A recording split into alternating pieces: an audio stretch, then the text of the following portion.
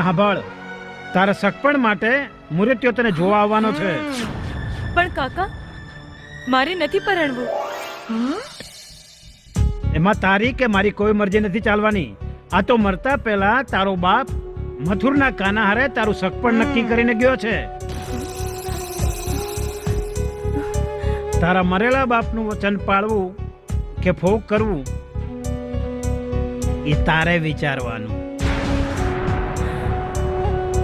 અને જો તું એવું નહીં કરે તો તારા મરેલા બાપને ક્યારેય શાંતિ નહીં મળે.